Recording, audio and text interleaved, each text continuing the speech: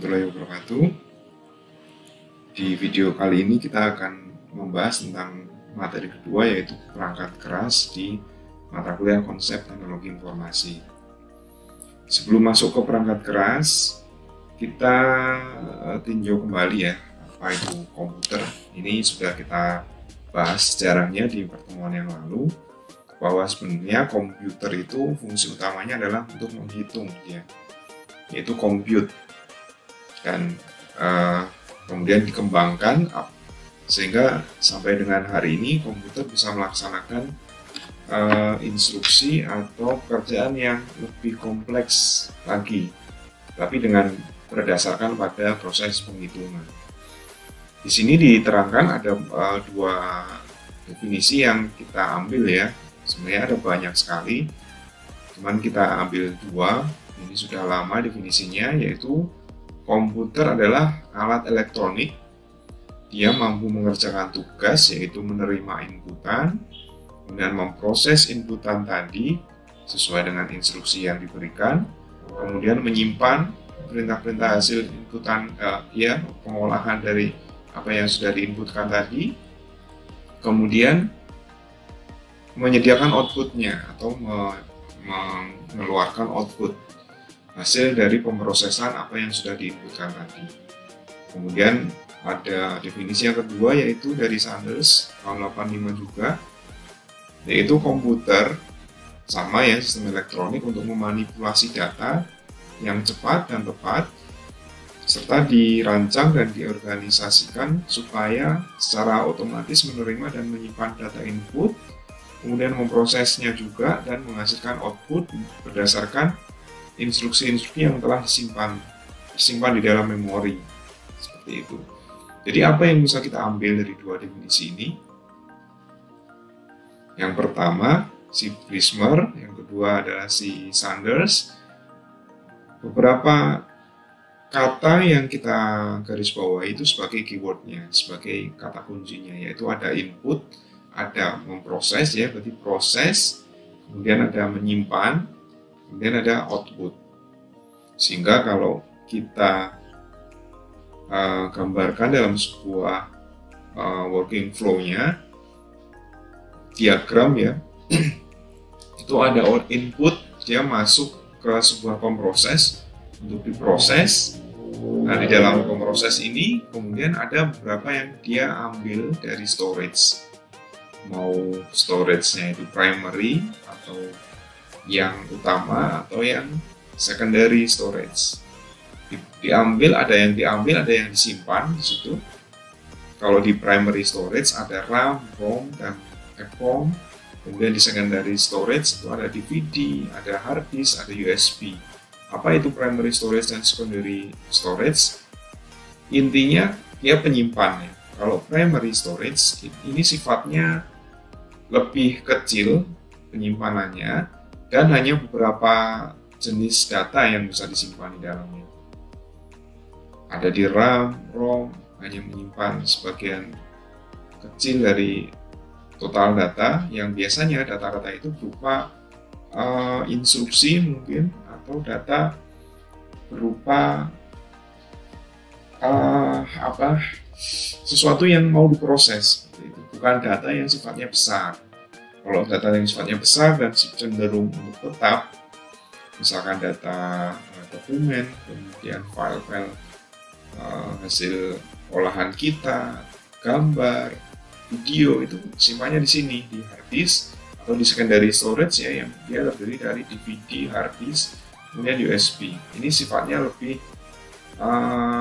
permanen juga dan lebih besar dibandingkan dengan primary storage.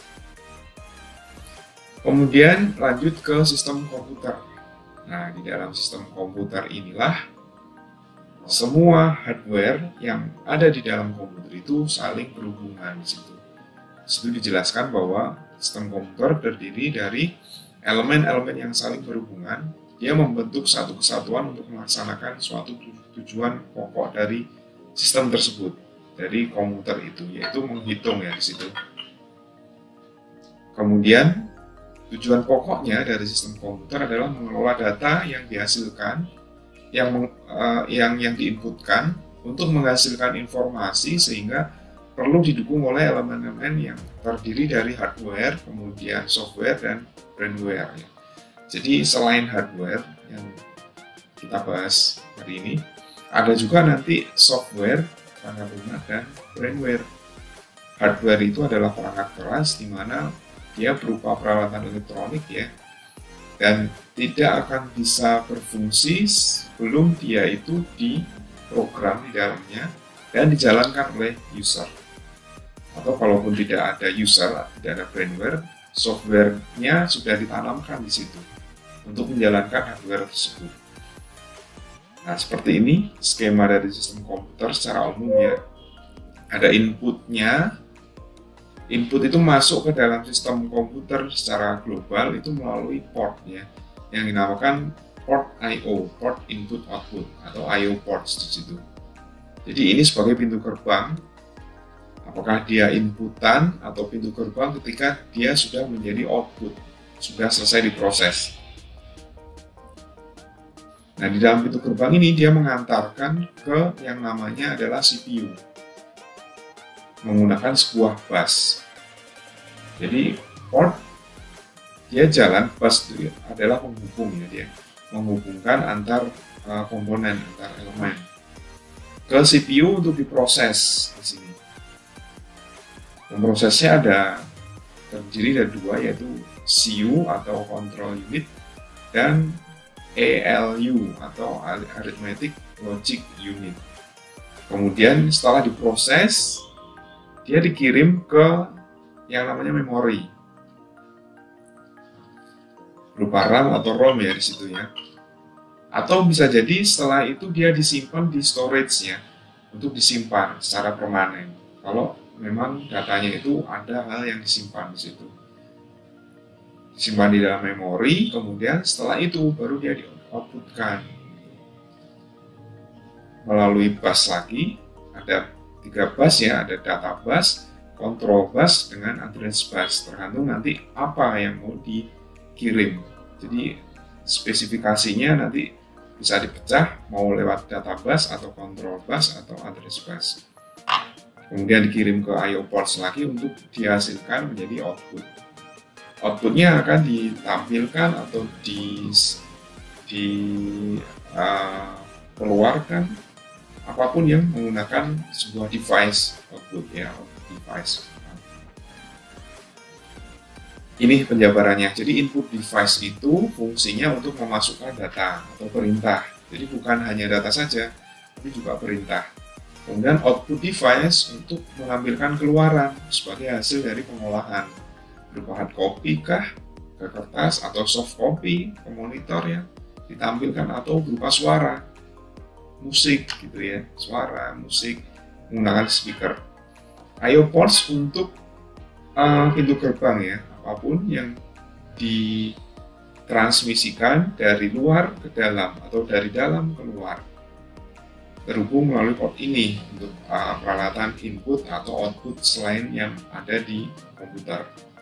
CPU itu untuk sebagai otaknya ya, apapun dia di sini prosesnya, dan memori untuk memproses, untuk menyimpan, ada internal memory atau external memory.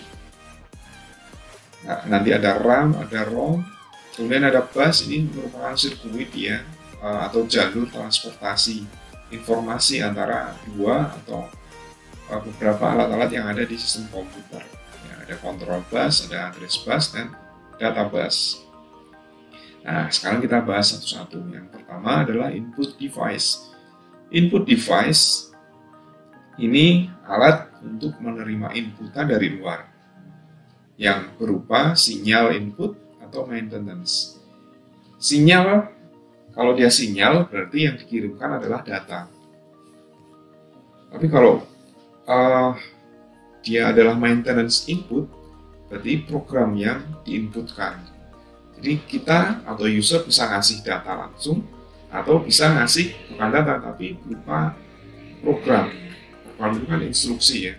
Kita rangkai instruksinya itu berupa program tertentu, kemudian kita masukkan di situ. Itu sudah sebagai input device, bisa dimasukkan ke dalam input device.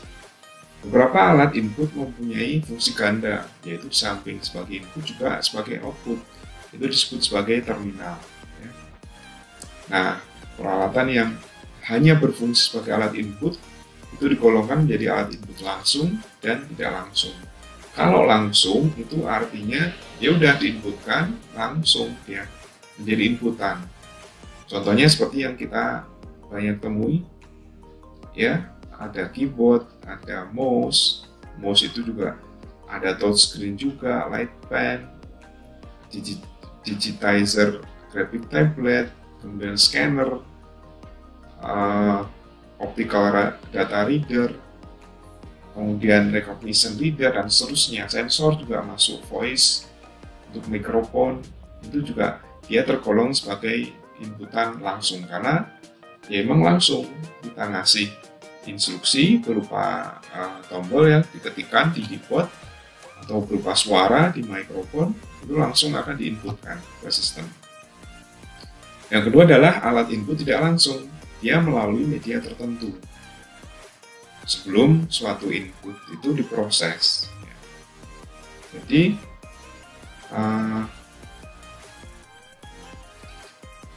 ada media lagi yang digunakan untuk memproses dia inputan itu biar bisa diproses lebih lanjut oleh prosesor. Contohnya adalah key punch atau pakai kartu plong. Ini lebih ke masa lalu ya, ada kartu plong, yaitu tape merekam berupa pita tape, kemudian yaitu disk merekam ke media magnetic disk kayak disket, hard disk, dan seterusnya. Ini jarang kita temui. Yang lebih sering adalah yang sifatnya adalah langsung. Ini beberapa contoh foto yang familiar ya, yang semuanya ini dia sifatnya adalah inputan. Seperti yang kita lihat ada monitor ya, dia bisa juga sebagai output ya, tapi juga sebagai input juga touchscreen-nya. Kamera, scanner, mikrofon, joystick, UFO, dan seterusnya. Kemudian output. Nah, peralatan output itu dia tugasnya hanya mengeluarkan atau menghasilkan sesuatu sesuai dengan apa yang sudah diproses di dalam pemroses tadi. Ada 4 bentuk yang dijabarkan di sini, yaitu tulisan. Sifatnya adalah berupa huruf, angka, atau simbol khusus. Kemudian image, dia bentuknya grafik atau gambar. Kemudian suara atau bahkan bentuk lain yang dapat dibaca oleh mesin. Nah, yang 3 golongan pertama ini, tulisan, image, dan suara, itu output yang digunakan langsung oleh manusia. Tapi yang bentuk lain, itu sifatnya adalah dia yang dikeluarkan di sini itu nantinya akan diproses lagi oleh alat selain yang digunakan di komputer sini. Misalkan ada alat kedua, entah itu berupa komputer lagi kah atau alat yang lain selain komputer. Intinya kalau bentuk lain ini dia sifatnya adalah mesin readable. Bentuknya adalah mesin readable, jadi nggak bisa terbaca kadang oleh manusia, tapi dia memang butuhnya untuk dikonekkan lagi, dipasangkan lagi ke mesin yang lain untuk proses selanjutnya. Peralatan output dapat berupa hard copy device, artinya outputnya itu ya kopian hard ya, fisik. Kemudian soft copy device, dia sifatnya adalah soft, artinya enggak fisik, berupa video, flat panel, speaker untuk suara, dan seterusnya, atau sifatnya berfungsi ganda. Bisa jadi output, tapi juga nantinya bisa dia itu sebagai inputan lagi.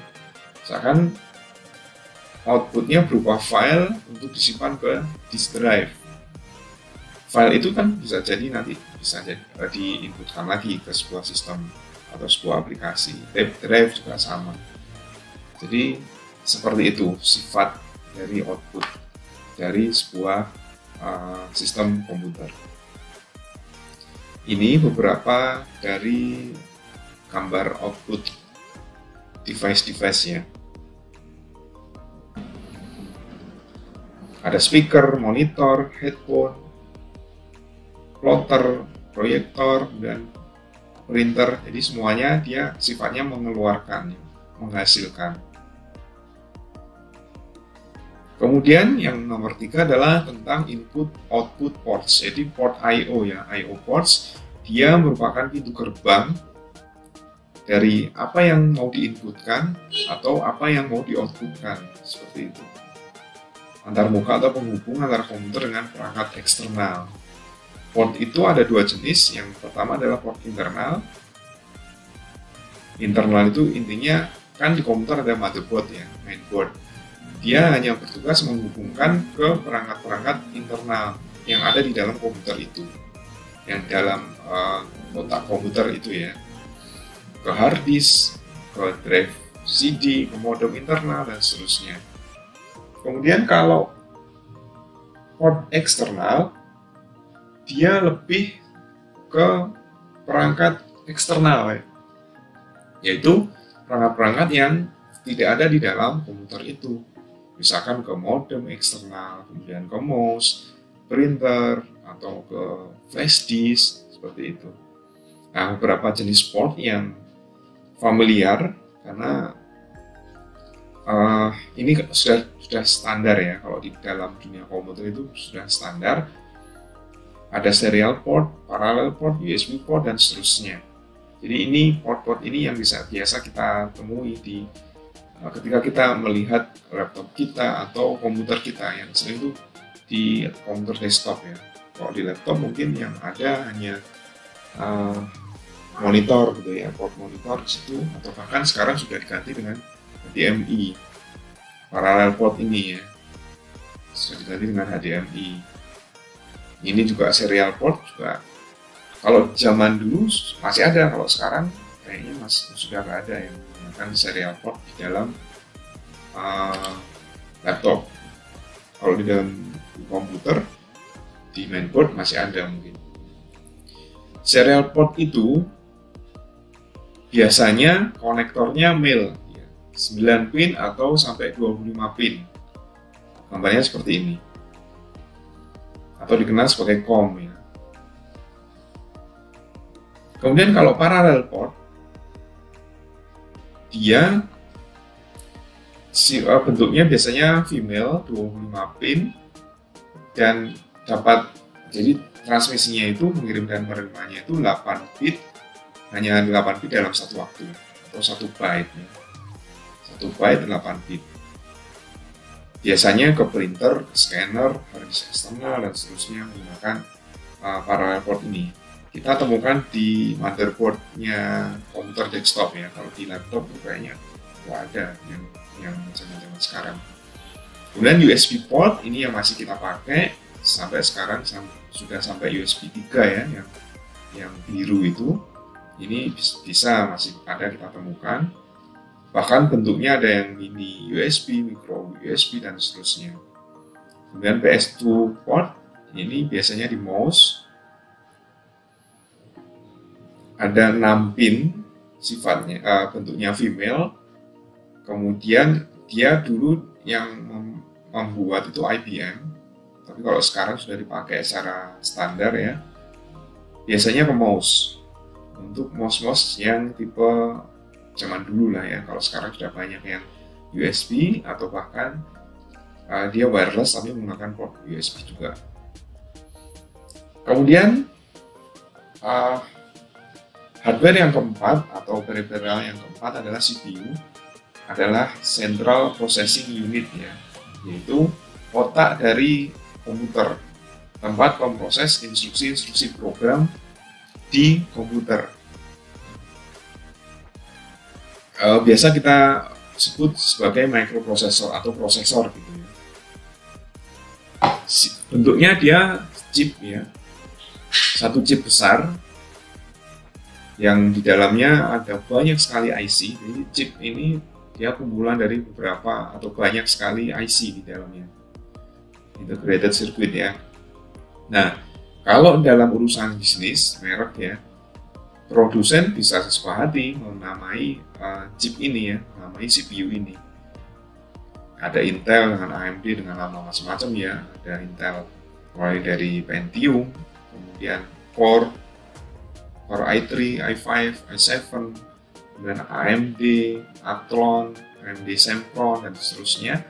Itu hanya nama saja dari sebuah CPU.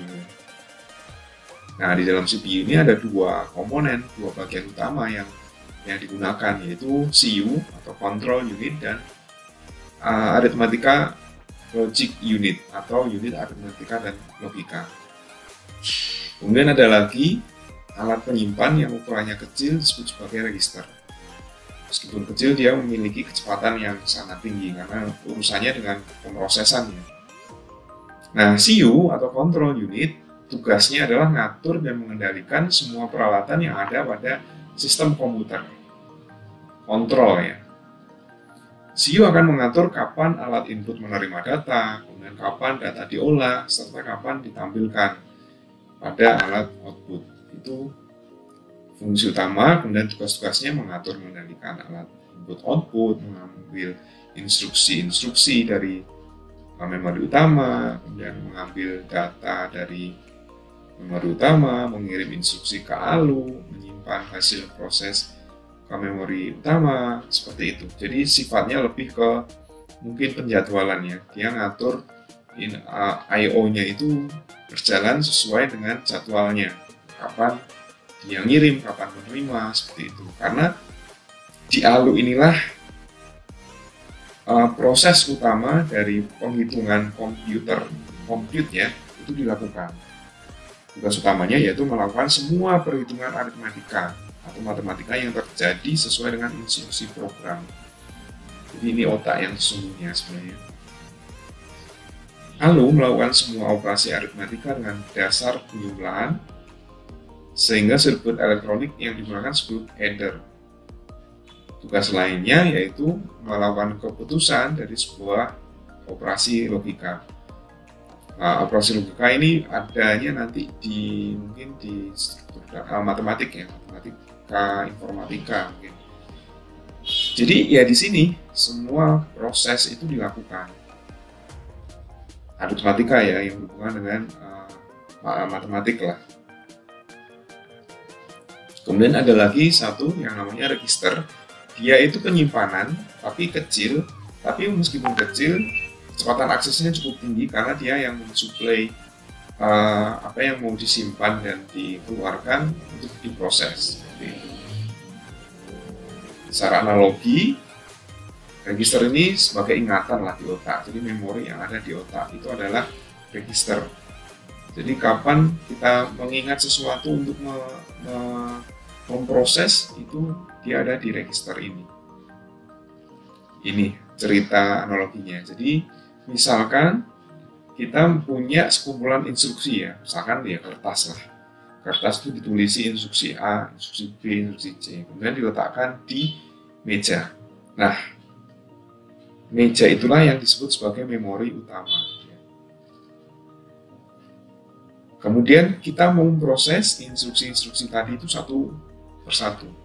Kita ambil kertas pertama, kita baca apa instruksi yang ada di situ. Instruksinya adalah tulis ini. Kemudian kita simpan apa yang menjadi instruksi di kertas itu, kita simpan di otak. Sebelum kita benar-benar menulis apa yang ada di kertas itu, kan tulis selamat pagi. Oke, kata selamat pagi itu kita simpan di otak. Kemudian kita ambil kertas, baru kita tulis selamat pagi. Itulah yang dinamakan register. Jadi yang kita baca tadi kita simpan dulu di otak, kemudian baru kita tuliskan di dalam sebuah kertas. Kira-kira seperti itu analoginya. Kemudian nomor 5, memori.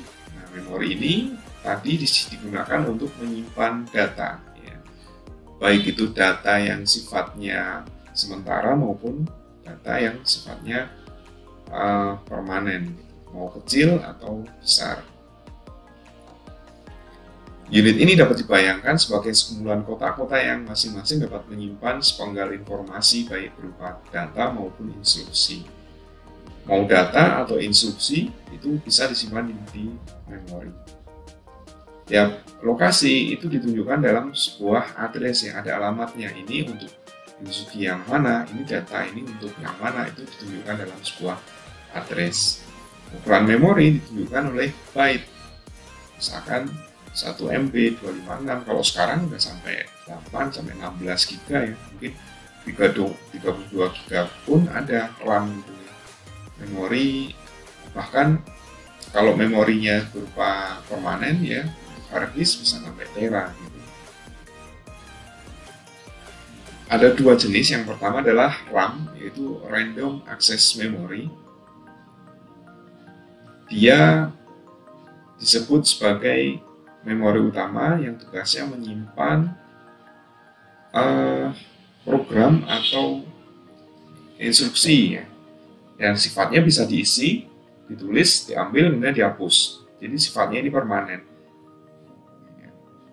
Struktur RAM itu dibagi menjadi 4, yaitu input storage, program storage, working storage, dan output storage. Kalau input storage, dia digunakan untuk menampung input. Ya.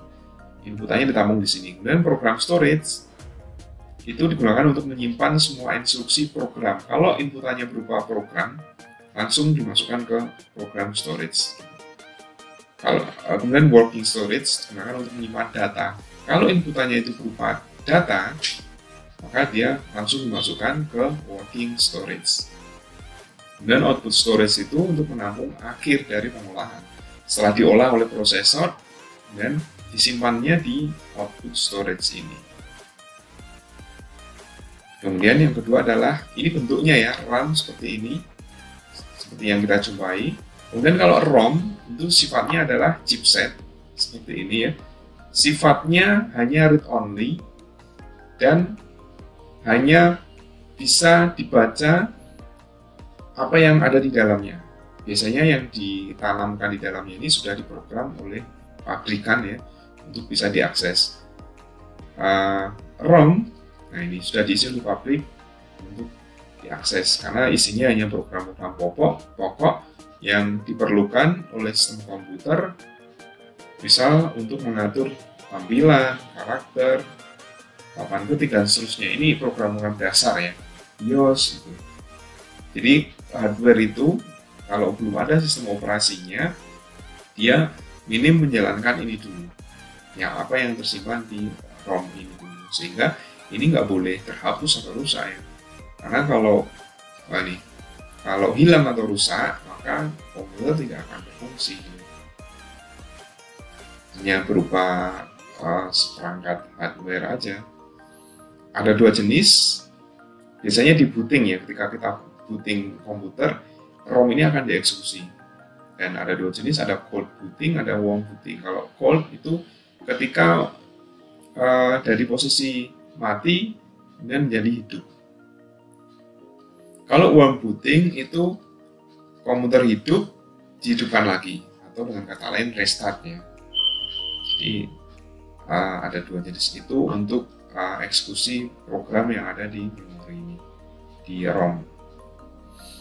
Kemudian setelahnya adalah bus. Bus ini adalah jalur sebenarnya, atau hubungan atau transport yang menghubungkan antar komponen yang ada di motherboard, yang ada di sistem komputer.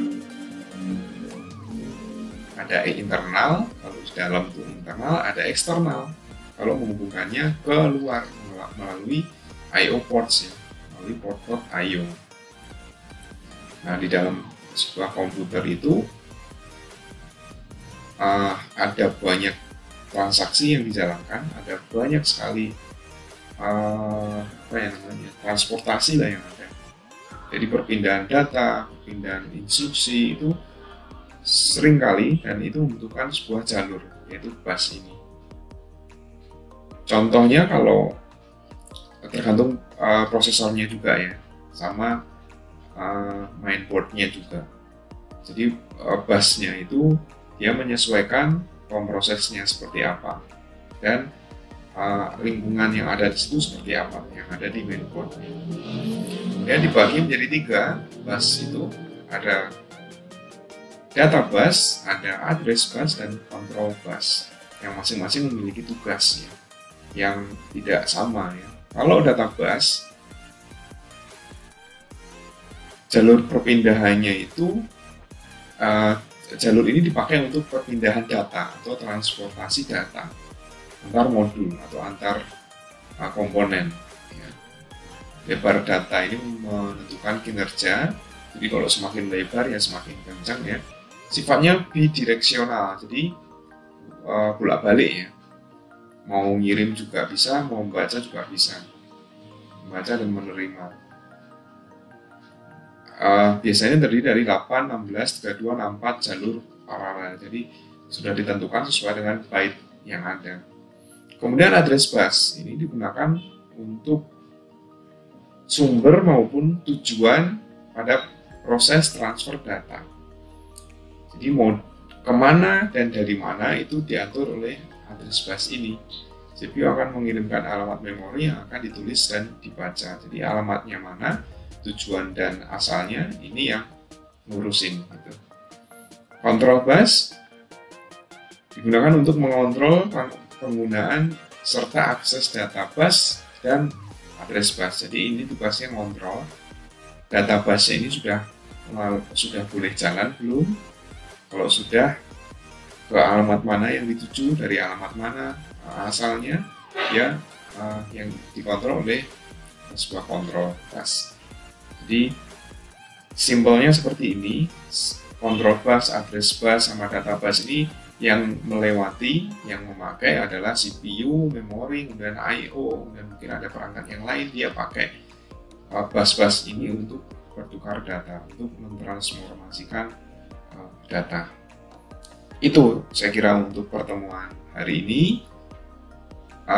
Sesi diskusi kita lakukan di waktu yang sudah kita sepakati. Terima kasih. Assalamualaikum warahmatullahi wabarakatuh.